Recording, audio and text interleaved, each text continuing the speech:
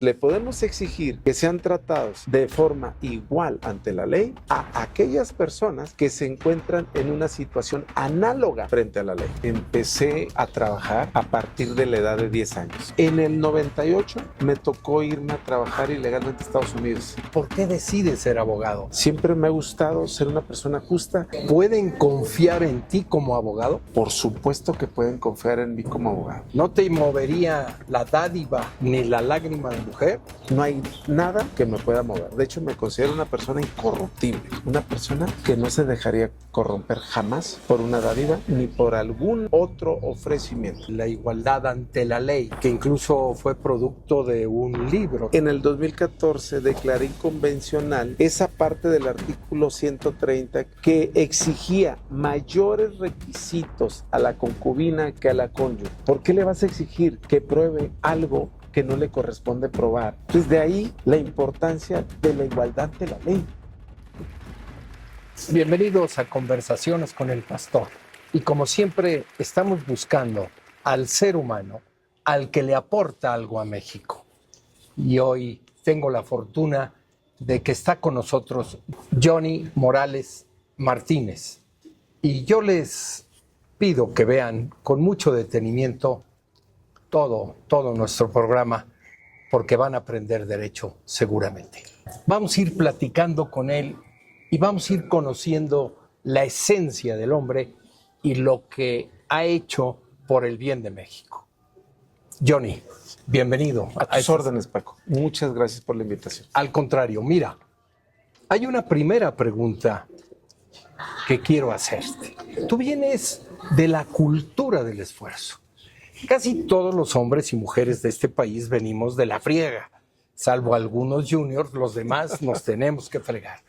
Pero en particular, tu vida me llama mucho la atención porque empezaste por... Fíjate que empecé a trabajar a partir de la edad de 10 años. A partir de la edad de 10 años empecé a laborar como cerillito en la Comercial Mexicana. Y debo de hacer una precisión, se nos llamaba cerillitos porque utilizábamos un gorrito naranja y el traje era café, entonces simulábamos un cerillo, de ahí viene el nombre de cerillito. Pero debo decirte algo, Paco, no era un cerillito más, era el jefe de los cerillitos. Ahí inicié a laborar. Pero cuéntame, ¿por qué tuviste esa necesidad?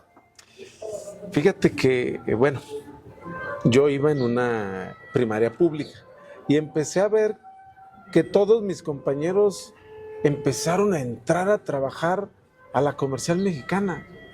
Y dije, pues yo también necesito entrar a trabajar porque pues a veces no había para llevar recurso a la escuela.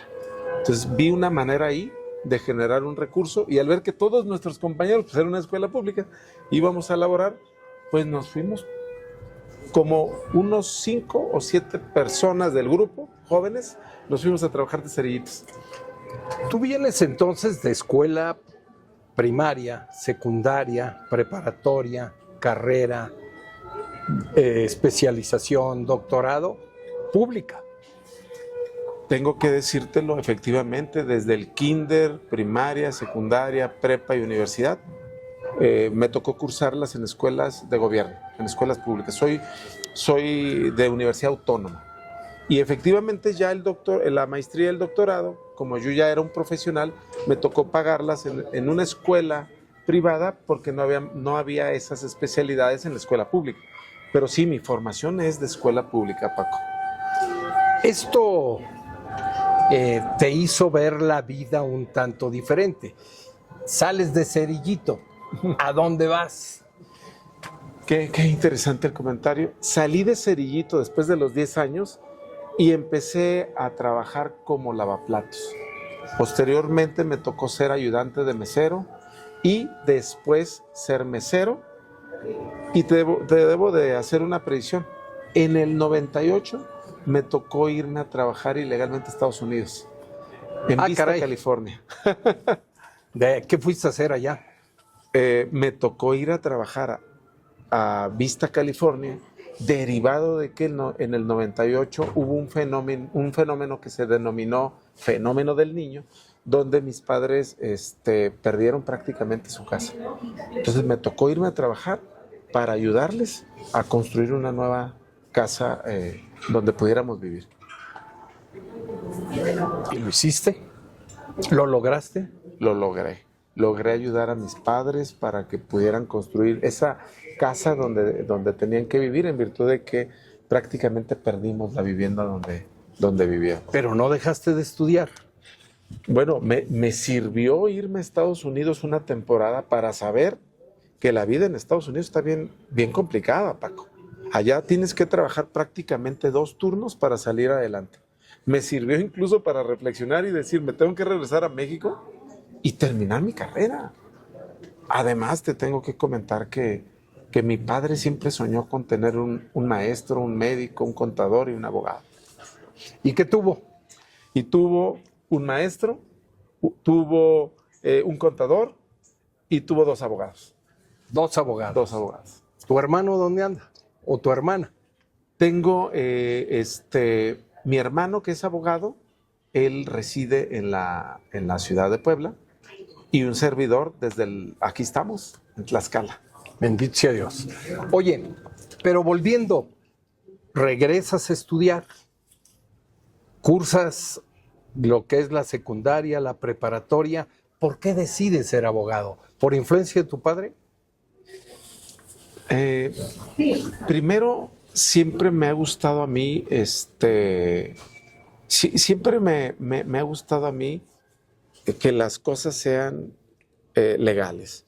Mi padre era una persona que también venía de la cultura del esfuerzo. Debo de decirte que le tocó ser a mi padre uno de los primeros braceros en entrar a Estados Unidos a trabajar.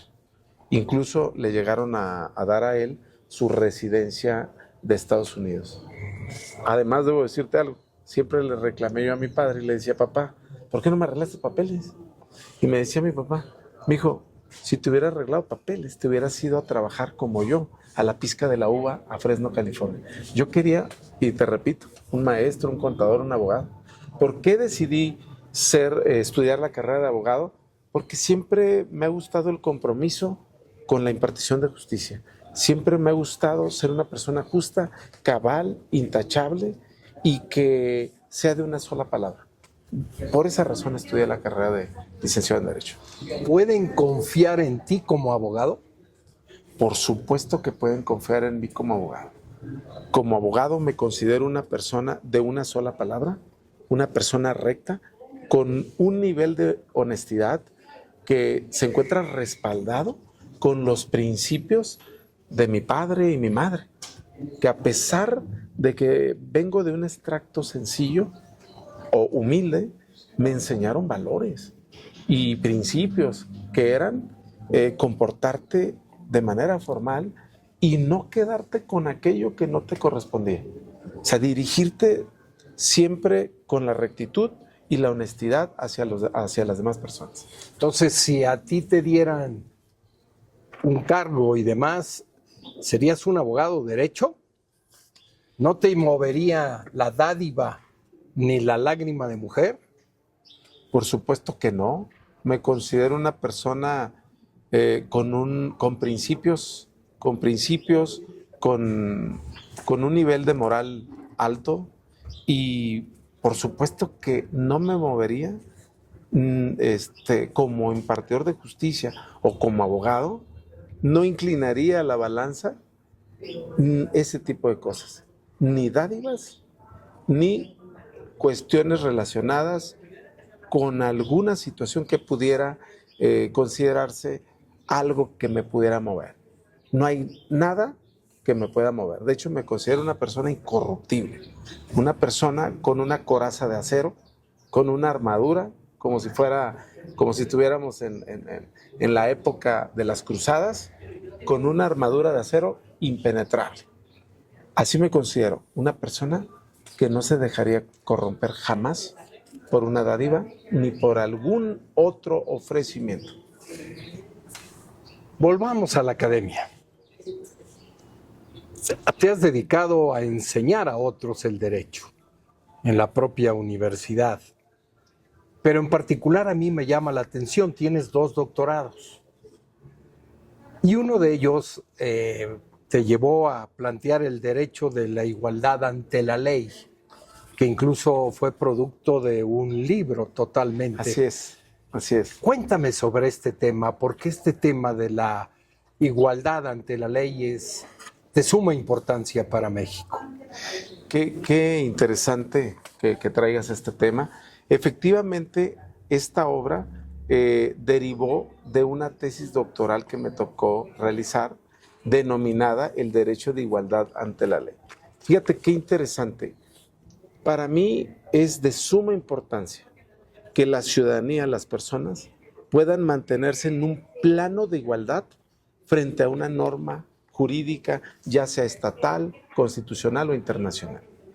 Entonces, para llevarla a esa igualdad, es pertinente realizar un análisis donde si existe alguna situación que ponga a una persona, por ejemplo, una persona con alguna discapacidad, que la ponga en un plano de desigualdad, corresponde a los abogados precisamente llevar a esta persona con las herramientas jurídicas adecuadas para ponerlas en un estatus de igualdad frente a su contraparte.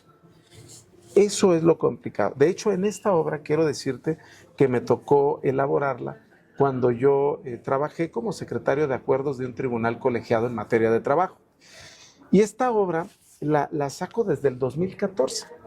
Me tocó a través de de la resolución que da origen a este libro, me tocó proponer una resolución en la que declaré inconvencional el artículo 130 de la Ley del Seguro Social, que exigía mayores requisitos a las concubinas que a las cónyuges.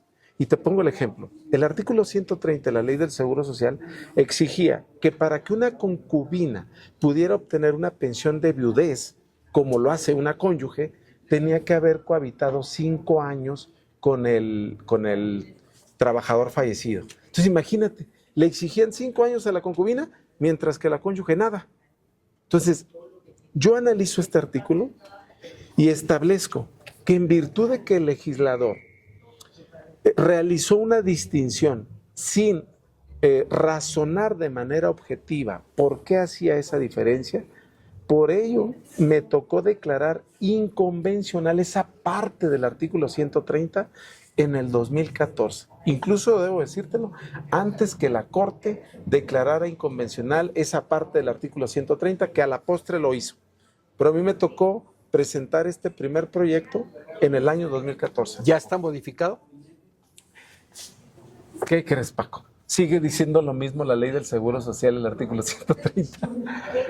Ahí hay una oportunidad para los legisladores de hacer modificaciones de fondo. Ojalá alguno que nos vea tome la decisión. Así es. Que se acerque contigo porque puedes asesorarlo en la presentación de la tesis. Quiero ahondar un poco más en esto que convertiste tu vida, enseñarle a otros. Te metiste a ser maestro en Derecho. Así es. ¿En dónde estuviste como maestro en Derecho? Fíjate que me tocó estudiar la maestría en Derecho, esa ya me tocó estudiar en la universidad privada, en la Universidad Iberoamericana, pero es algo que me ha gustado a mí. Creo yo que como abogados, como operadores jurídicos, conocedores del derecho, si todo aquello que te han transmitido a ti de conocimiento, no nada más estás obligado a compartirlo, sino darlo a conocer a los estudiantes y a aquellos jóvenes que quieren aprender algo de aquellas personas que tenemos ya alguna experiencia. Entonces me ha tocado dar clases en varias universidades, me ha tocado dar clases en universidades privadas, me ha tocado dar charlas casi en todas las universidades del estado de Tlaxcala. Me ha tocado llevarles una cátedra, una charla, como yo lo digo, y algo de conocimiento, contribuir con un granito de arena en el conocimiento de los estudiantes. Yo quiero hacerte una serie de preguntas sobre el derecho, porque creo que nuestros los hombres y mujeres que nos vean, les puede ser interesante. ¿Qué es y cómo lo explicas con peras y manzanas la Suprema Corte de Justicia de la Nación? Bueno, excelente comentario. Como todos sabemos, la Suprema Corte de Justicia de la Nación es uno de los 3 poderes del Estado mexicano. ¿Cómo se conforma? Actualmente, en este momento, todavía está conformada con 11 ministros. Sí, las salas están integradas por 5 ministros cada una de las salas, y finalmente hay un ministro que es el que funge como presidente de la Suprema Corte de Justicia de la Nación. Ok, las salas, bueno, tenemos una sala que se encarga de algunas materias, ¿sí? Y tenemos otra sala que se encarga de otras materias, integradas, como bien te digo, por 5 ministros cada una y un presidente de la Suprema Corte de Justicia de la Nación. A su vez, hay asuntos que conocen las salas, por ejemplo, la sala en materia de trabajo, la sala en materia penal, la sala en materia administrativa. O sea, hay asuntos que conoce, que son exclusivos de cada sala.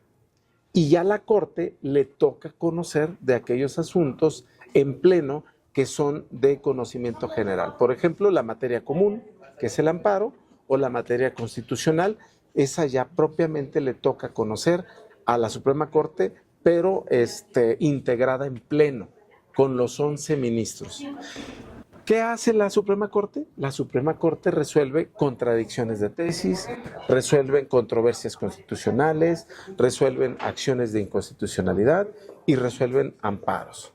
Y respecto de estos temas genera jurisprudencia, y esta jurisprudencia se baja en cascada, que viene a ser obligatoria. La del pleno para las salas, la de las salas para los plenos regionales, la de los plenos regionales para los tribunales colegiados de circuito, y a su vez la de los tribunales colegiados de circuito para los juzgados de distrito de cada estado.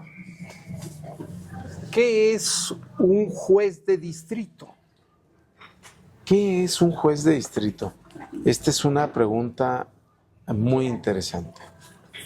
Un juez de distrito debe ser una persona con un bagaje de conocimientos obtenido con base en la experiencia y con el conocimiento necesario en todas las ramas del derecho, según corresponda el caso. Por decirte así, en la materia del trabajo, el juez de distrito... ¿Tú eres experto en materia de trabajo? Yo soy experto en materia de trabajo, y para mí un experto en materia de trabajo debe de conocer, además de la Ley Federal del Trabajo, todos los derechos humanos que existen, jurisprudencia de derechos humanos, la jurisprudencia emitida por la Corte Interamericana, además de los tratados internacionales celebrados por el Estado mexicano, ratificados por el Senado, y todos aquellos convenios internacionales celebrados ante la OIT. Todo eso lo tiene que conocer un experto en materia de trabajo, con la finalidad de tener el conocimiento necesario para resolver los casos que día a día se nos presentan. Por ejemplo, un juez de trabajo conoce el apartado A, 123 apartado A, que tiene que ver con todos los despidos y conflictos derivados de las relaciones laborales con las empresas o entidades competencia del juez federal, o bien asuntos de seguridad social, que son todos aquellos asuntos relacionados con pensiones de viudez, de invalidez, de riesgo de trabajo, pensiones de maternidad, paternidad. Toda esa es la competencia del juez de trabajo. Entonces, ¿qué es un juez de trabajo? Bueno, es una persona que debe de contar con todo ese conocimiento, pero sobre todo con honestidad, con rectitud, con autonomía, con independencia, con imparcialidad y objetividad para resolver los asuntos que son sometidos a su jurisdicción. A mí una de las cosas que más me gustó de la Constitución política fue el 123. Me parece a mí que fue un avance de 1917 enorme en la vida institucional de México. ¿Tú consideras que seguimos todavía avanzando por encima de las demás naciones o ya nos rezagamos? Yo creo que el artículo 123, a partir de su reforma en el 2017, porque recordemos que el artículo 123 se reformó en el 2017, creo que fue un gran avance para el Estado mexicano. ¿Qué se reforma en el 123 apartado A en el año 2017? Dos cosas fundamentales: libertad sindical, negociación colectiva, que van de la mano, es decir, que ya los sindicatos podían elegir a sus propios dirigentes a través del voto libre, secreto y directo. O sea, eso fue fundamental. Y rendir cuentas. Y rendir cuentas, que exactamente. Eso todavía no lo vemos, pero bueno. Pero eso fue fundamental porque anteriormente nosotros advertíamos que las dirigencias solo daban vueltas con los mismos dirigentes. Al día de hoy ya vemos caras nuevas. ¿Por qué? Porque ya se somete al sufragio la designación del dirigente. Ese es por un lado. Por otro lado, otro gran cambio fundamental y trascendental para el país fue que dejan de existir las juntas federales de conciliación y arbitraje y se crean los nuevos tribunales federales, ¿sí? De asuntos colectivos y de asuntos individuales. Es decir, los de asuntos colectivos son aquellos tribunales federales que se encargan de resolver de todos los conflictos derivados de los sindicatos. Y los de asuntos individuales son aquellos que conocen ahora de los asuntos que se derivan de los despidos de las empresas de competencia federal o de trabajadores del Infonavit o del IMSS, y que además se encargan de resolver los asuntos de seguridad social relacionados con las pensiones que te comentaba: pensión de invalidez, de riesgo de trabajo, pensión de paternidad, maternidad, cesantía, edad avanzada y vejez, por ejemplo. Me parece muy bien. Oye, ¿qué le harías de modificación para lograr la igualdad frente a la ley? ¿Qué falta para modificar ahí? Porque me quedó pendiente en el momento que hablamos de que no se ha modificado, que sigue apareciendo en el 130 de la ley del IMSS. Sí. ¿Qué hay que añadirle? ¿Qué hay que quitarle? Qué interesante lo que comentas.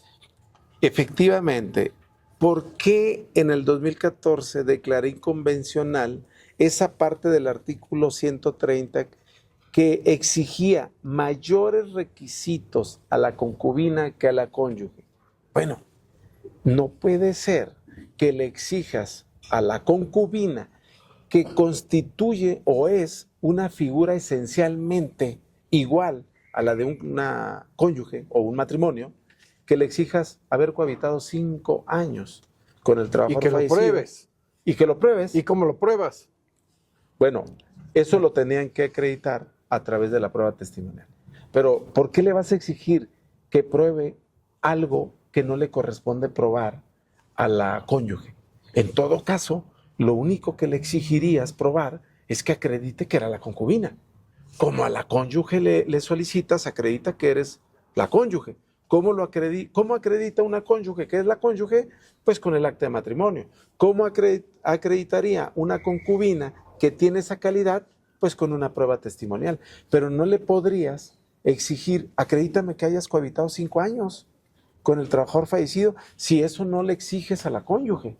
Entonces, de ahí la importancia de la igualdad ante la ley, en figuras esencialmente iguales.